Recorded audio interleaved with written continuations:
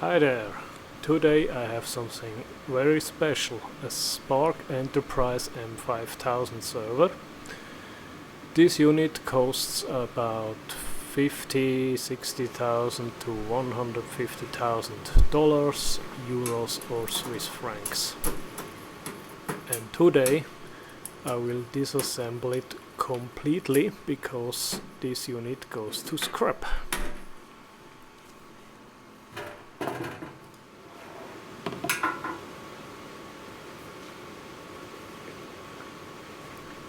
That's one of the CPU modules. You can have up to 4 modules of this type.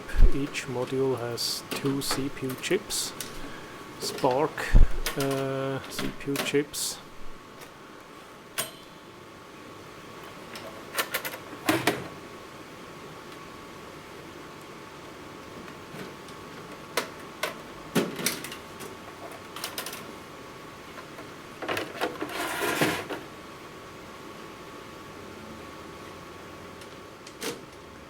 Then we have 8 memory boards. Each of these boards contains 8 memory modules, so we have 64 memory modules in total. In this case, each memory module has 2 gigabytes. 64 times 2 is 128 gigabytes of RAM in this machine.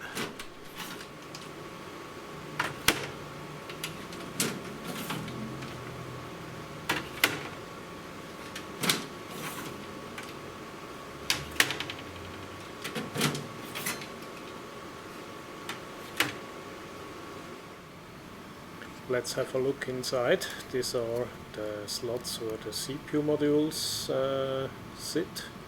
1, 2, 3, 4 of them. The connectors are on the bottom. Here are the connectors for the 8 memory modules with the DC-DC converters for the memory supply voltage.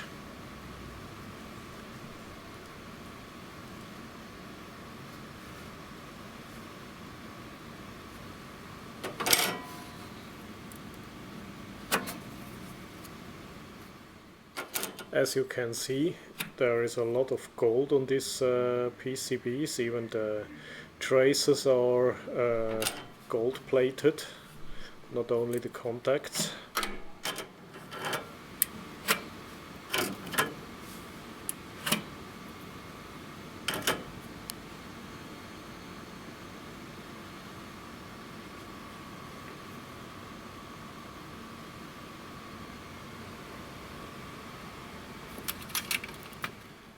We also have some nice fans, 4 of them. There are always 2 and 2 in a redundant position, so if one fails, the other blows through the failed fan. They are quite big because this unit generates a lot of heat, and this heat has to be removed from the housing.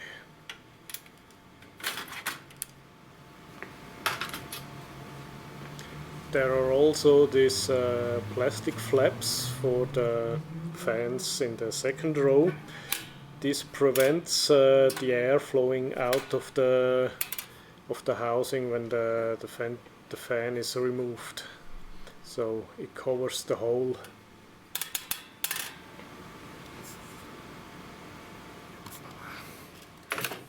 We also need power supplies, 4 of them. Each one has a power capability of 2100 watts. That makes 8400 watts for the entire machine, maximum. Here we do also have some flaps that cover the holes when power supplies are removed. This is to prevent the air going the wrong side around. Normally the power supplies suck the air in on the front and blow it out on the back.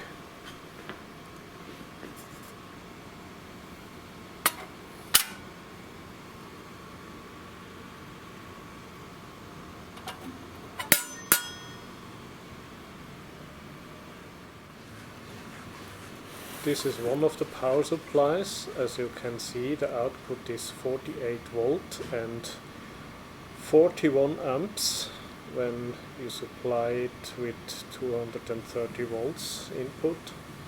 There is also 12 volt 20 amps, but that's only maybe for fans and some, well, small stuff. The design here is simple: AC good, DC good, warning and a standby lamp. There is also space for 4 disk drives, only 4, because normally with this type of machine you have an external storage of some sort. This is only a filler to fill up the empty slots. There is also a slot for a tape drive, a dot drive or something like that. Here is only an empty filler inside, and we also have a CD, DVD, ROM drive, which is hot swappable. As you can see, nothing special, just a drive as you have it in your laptop. There's also a nice key switch with a key to your new car, or something that is maybe more expensive than your car. An interesting feature are those PCI slots. On the right side we have PCI slots, on the left side is just an empty cover for a second PCI cage that could be installed as an option. These PCI slots are designed to be hot swap PCI. That means the PCI cards can be removed while the system is running. You just have to disable it in the software, and then you can pull them out individually. This is just an empty filler card with no components on it. It's a very expensive way to fill up an empty slot.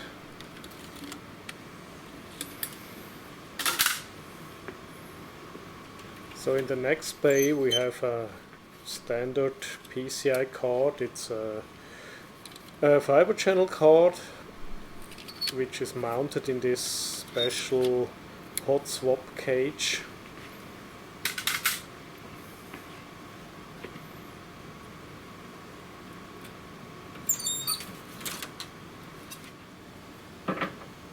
Here you can see it exactly how it works. You slide out the card from the connector and then you take out the entire assembly.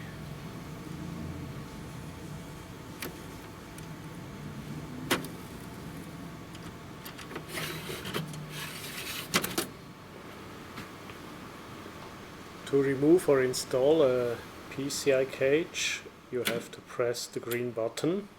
Then a lever jumps out and you simply remove the entire PCI cage. And of course you also can install a second of these cages. There's a lot of stuff in it. There's the entire interface between the CPU bus and the PCI buses. That's the big chip underneath that heatsink.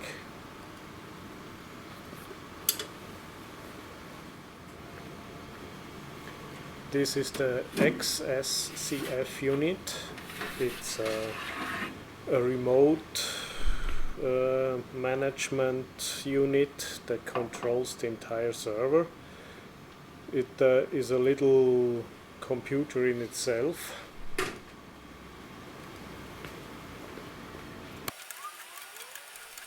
Now we'll have a look at the power wiring, which has been done very nicely. The cables go from the connectors on the back to the connectors where the power supplies are put in.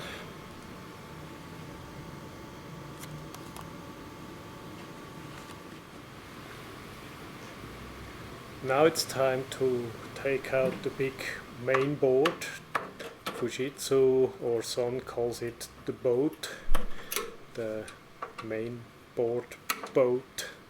But as usual, you should always first read the big letters in the yellow field.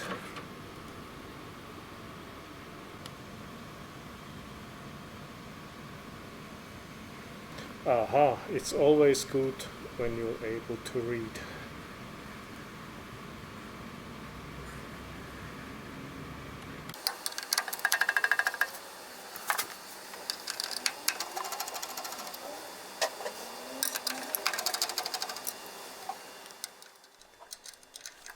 Five, 6, 7, and number 8.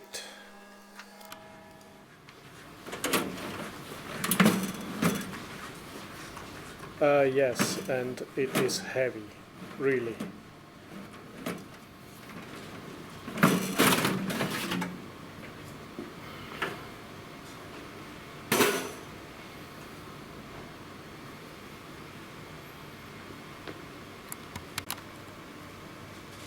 This is the DC bus bar. It is made of solid copper, blue and grey painted. It is made to handle up to 160 amps.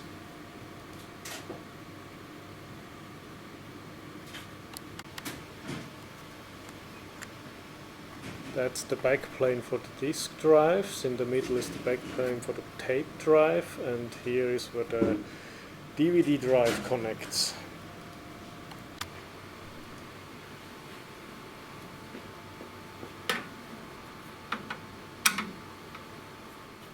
Now removing the fan cage. This is only sheet metal, screws, some plastic covers.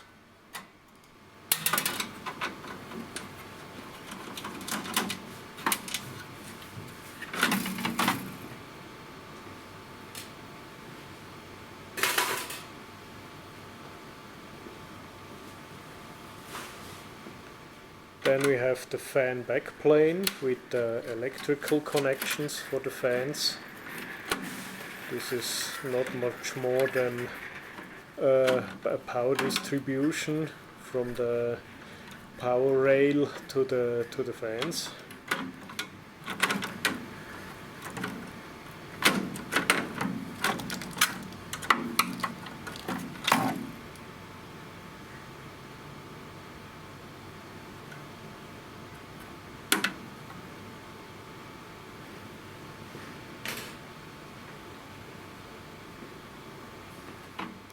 Next is the front panel board, which has not much on it than a few LEDs and 2 switches, but there are also a couple of EEPROMs that store the serial number of the machine, and this is one place where the serial number is stored, and there are a couple of other places, and the serial number must be the same on all these parts.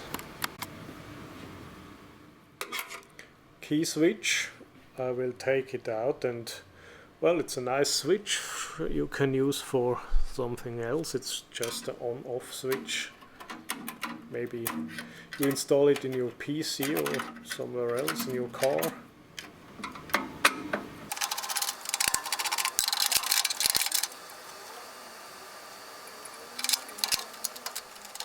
Now removing all the backplane boards for the drives.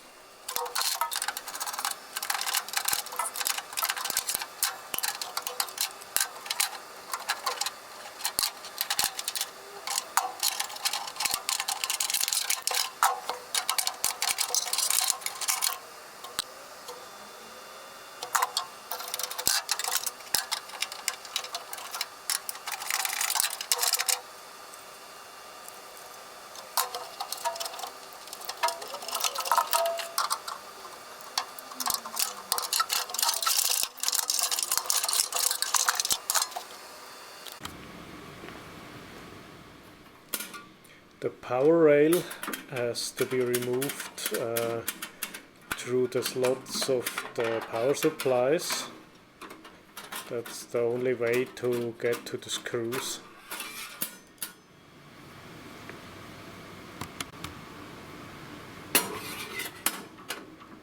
It is good to have a long screwdriver, that makes the job a little bit easier.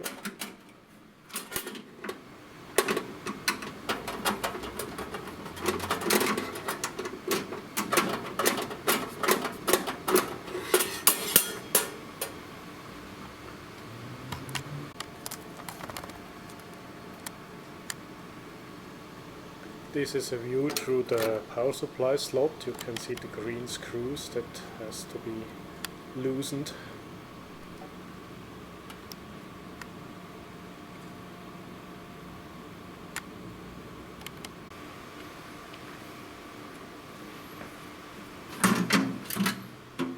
And out it goes. So easy could it be if you know how it works.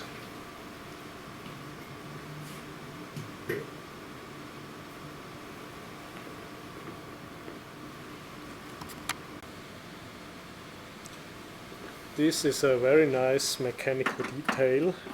To remove the power supply connectors, you flip up this metal bar and then you simply take out the connectors. They are just hold in place like that.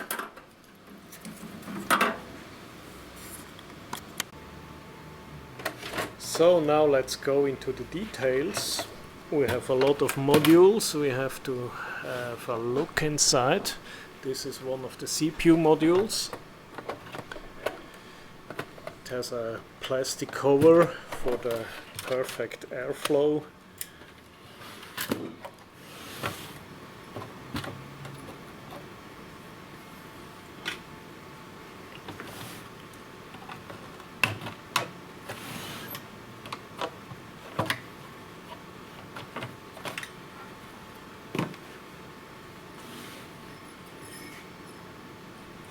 There's not too much on it, only the two big heat sinks for the CPU chips underneath and some DC-DC converters, and well, mainly that's it.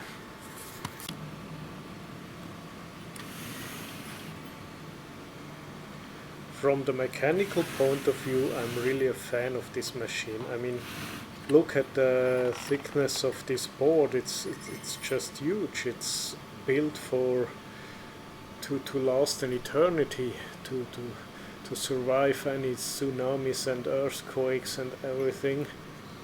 It's really a wonderful machine, but well, I'm not so fan of it because working with it or setting up the machine is a little bit a pain, but from a mechanical point of view it's absolutely perfect.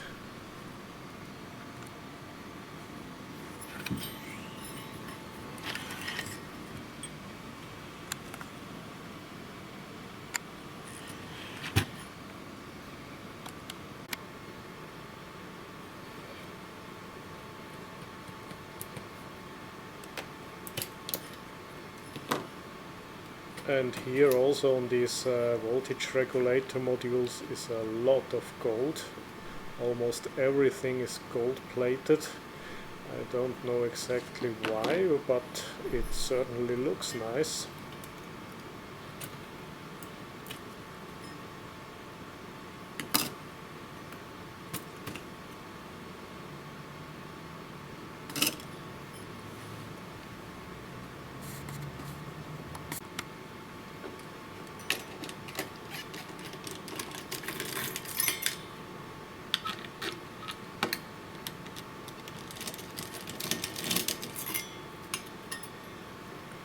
Look at those perfectly machined screws, stainless steel of course.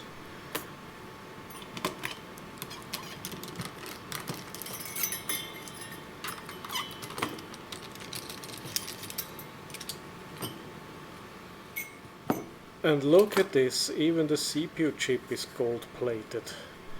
Well, I think this is only for cosmetic reasons, because gold reflects the heat that is generated inside the chip, it would effectively reflect the heat back into the chip. So have it black painted would be better for thermal conditions, but well, they can also plate it with gold if they wish. It looks certainly nice. That the gold plating is reflecting the heat is not only a fantasy.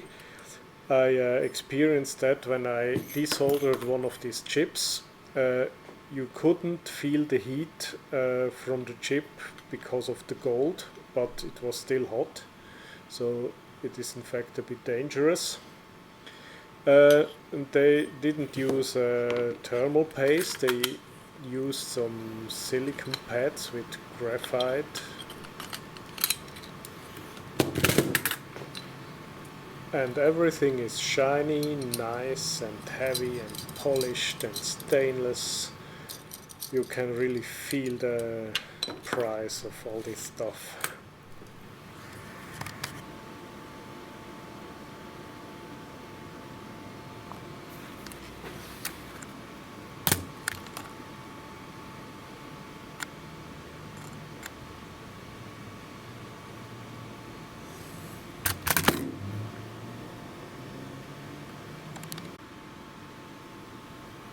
This is one of the chips I desoldered earlier.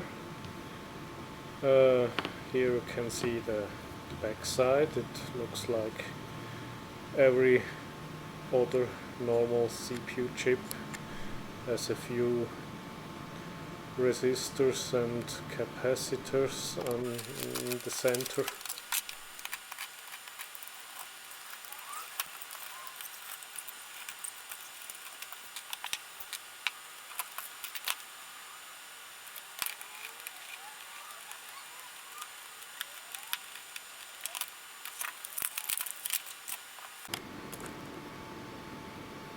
Here's the bottom side of the chips. They made a hole into the PCB for the components on the chip.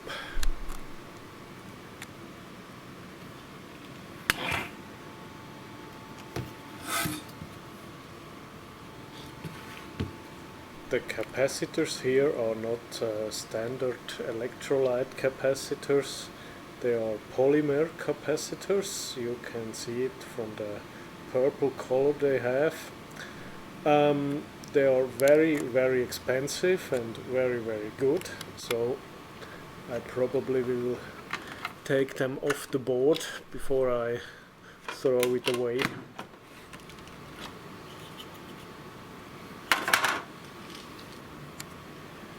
This is one of the memory modules. As you can see, there are 8 DIMM modules in each memory module. Each DIMM has 2 gigabytes. That means there are 16 gigabytes in this module here.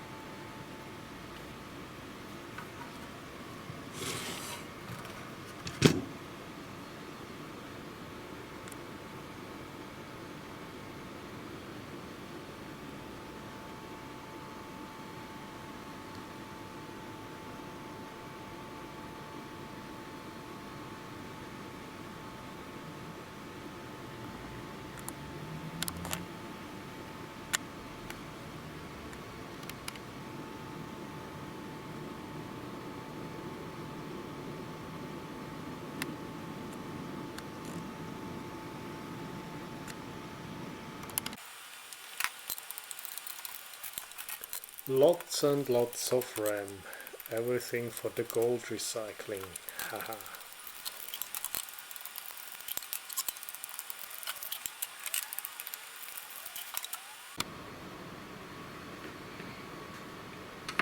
This is the XSCF module. Without this module, the entire machine is more or less worthless, because all the console communication, be it serial or through the web interface, runs through this module. It's a small computer in itself. It does a lot of stuff. It controls everything. It checks if everything is alright. There's a web interface. It manages all the user security login stuff, and well, it does a lot of stuff, and it is very, very complicated to set up, especially when you have never done it before. A very handy tool is the Victorinox Cyber tool. It has all the necessary tools and gadgets to well, to service almost every server or PC.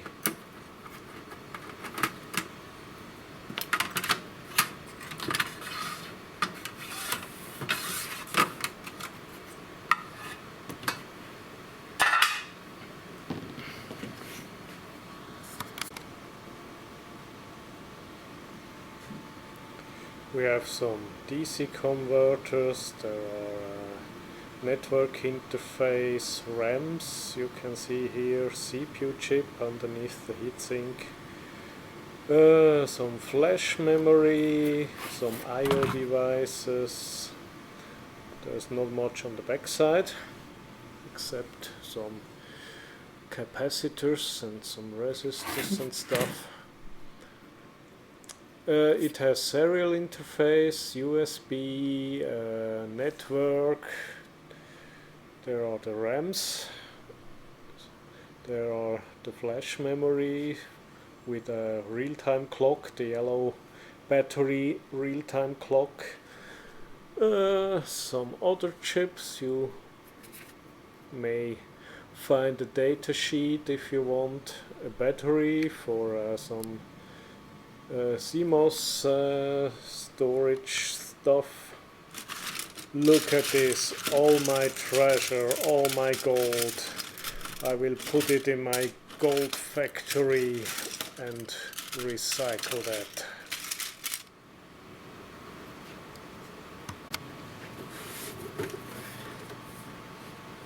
Now let's have a look on the PCI I/O cage. Here are 1, 2, 3, 4, 5 PCI slots, a big case around it.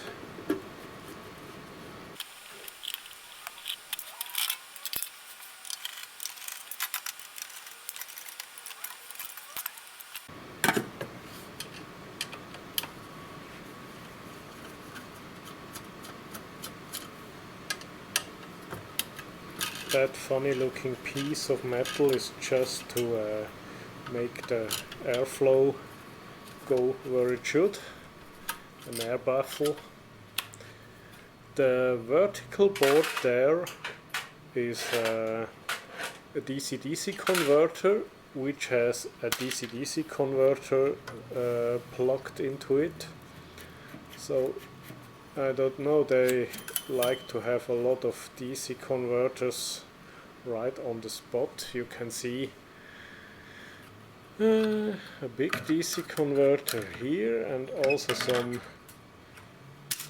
stuff that looks like DC converters on this side, maybe a little bit more, but more or less like that. Then we have another DC converter, maybe for the big PCI management chips. There are underneath the heatsinks here.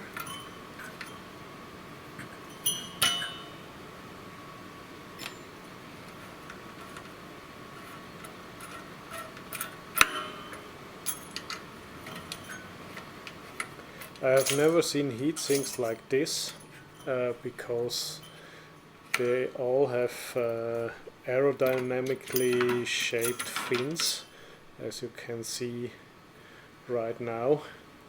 they're not just straight edges, they are formed like an airplane wing. I think to make the air pass through a little bit more easy.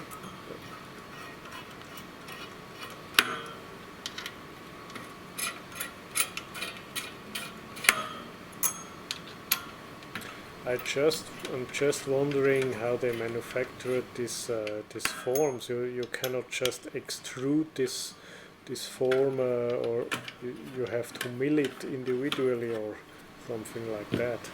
So that's one reason why this machine is so expensive.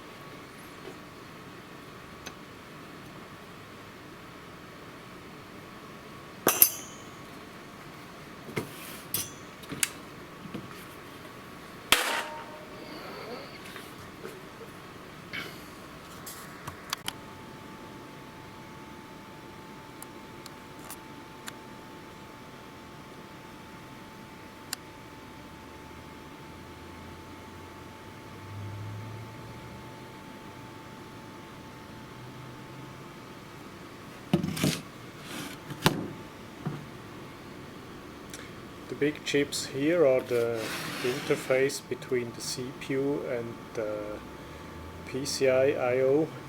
So everything, all the data that go to the PCI have to pass through these three chips here.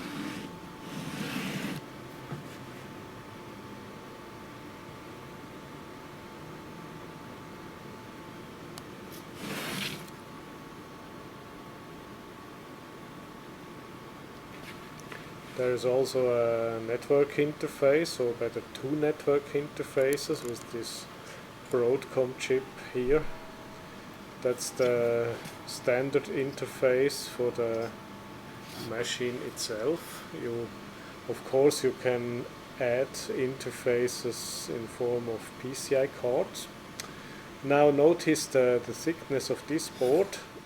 It's almost 4 or 5 millimeters thick. The entire machine is built like a tank.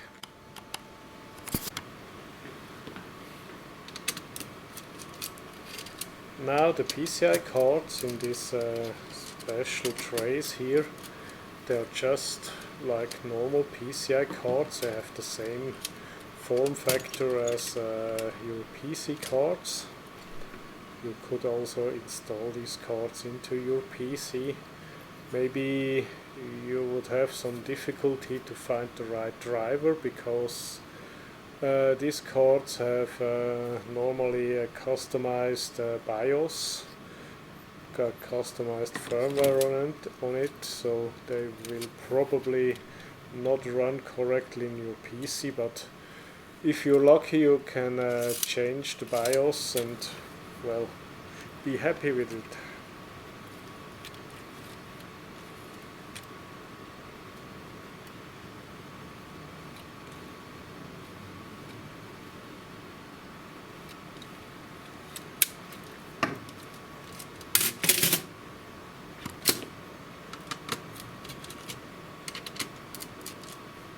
Here is a QLogic fiber channel card. It has 2 fiber channel ports with 1, 2 or 4 gigabit speed.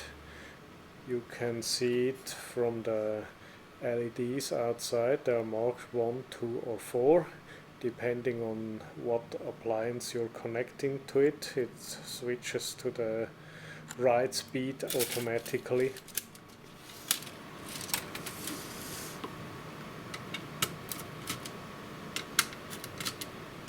One funny thing are those empty cards. There is a PCI X and the PCI E version. they don't just made an empty card, they also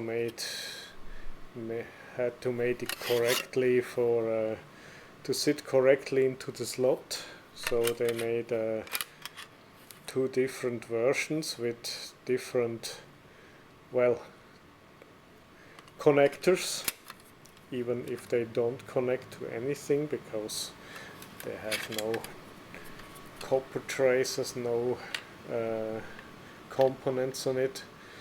It's a very expensive way for an empty placeholder, but that's the way they do it.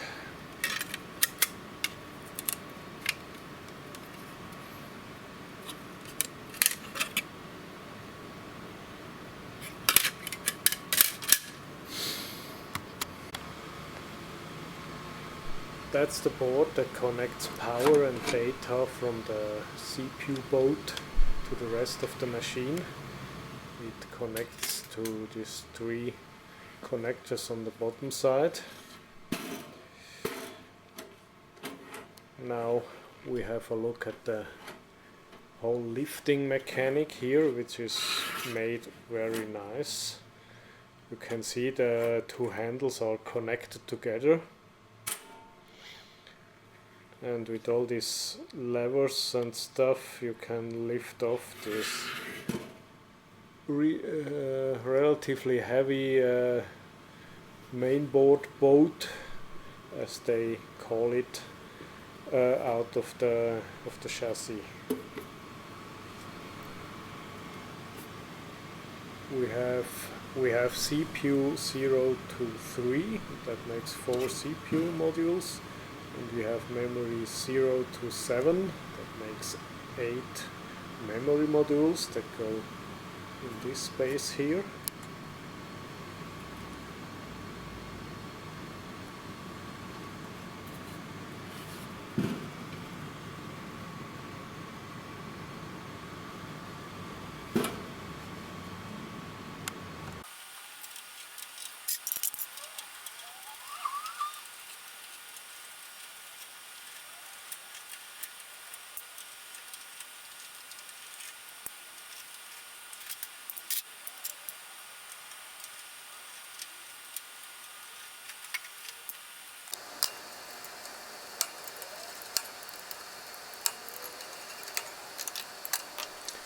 These big chips are the interface between the CPU and the memory boards.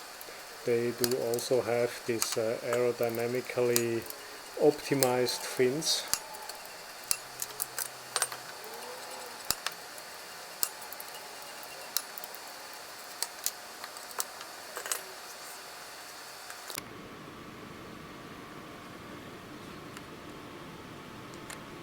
And we have even more golden chips.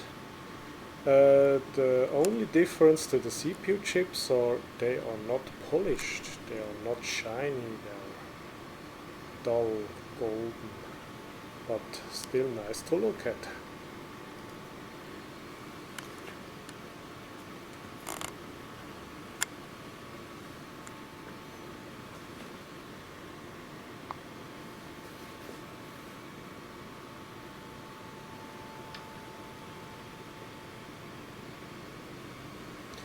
Huge Nichicon capacitors all over the place.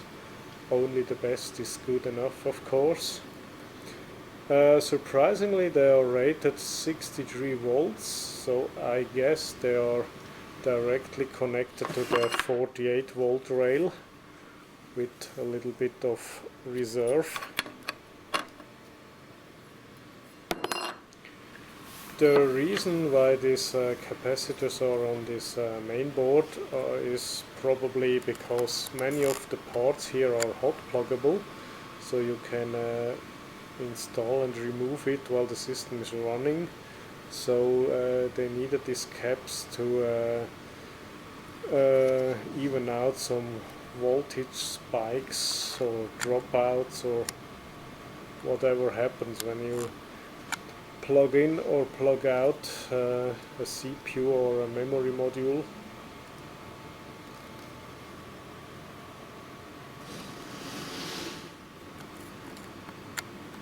of course we also have fans. As we can see, they are 48 volt rated, and up to how many amps?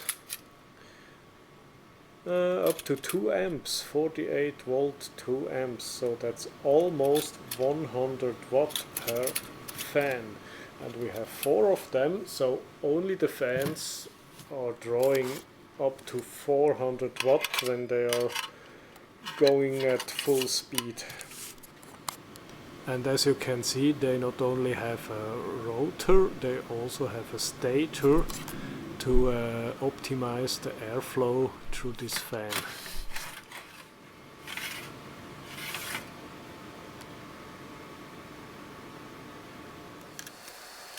Now let's have a look at this power supply.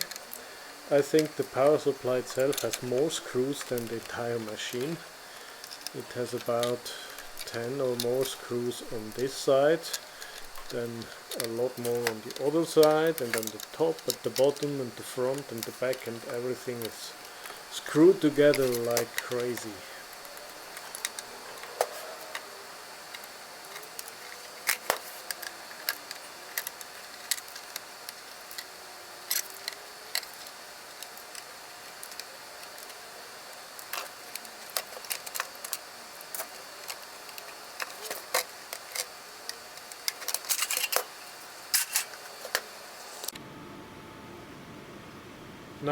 Now the cover is off, and we can see 2 big fans, 12 volt fans in the front. They have these louvers in the front that close automatically if one fan should fail, so to prevent the air going backwards through this fan. The rest of it, the output is 48 volts, 41 amps, and also 12 volt and 20 amps. And well, it's a switched power supply. We can see it in more details when I take it apart a little bit further.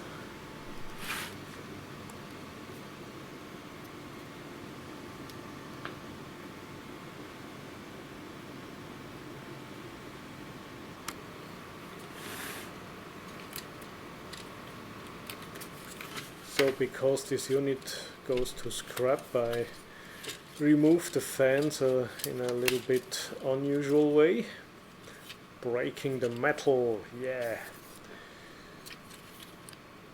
High power fans, 12 volt, 2.3 amps. That's quite a lot for a fan of this size.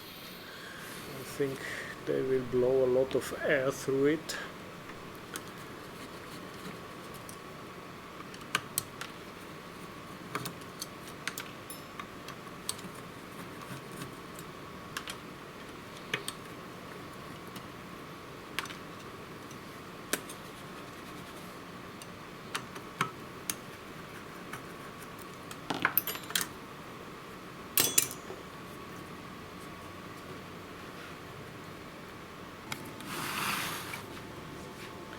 So what do we have here? We have a lot of Rubicon capacitors. Only the best for this machine, of course. Rubicon ZL series. I don't know exactly what the ZL means in this. It's some, of course, some kind of quality sign. There are different series. We have Nippon Chemicon for the big main capacitors. Other Rubicons here. Maybe they could possibly be for the 12 volt rail. What's the voltage? I cannot see it.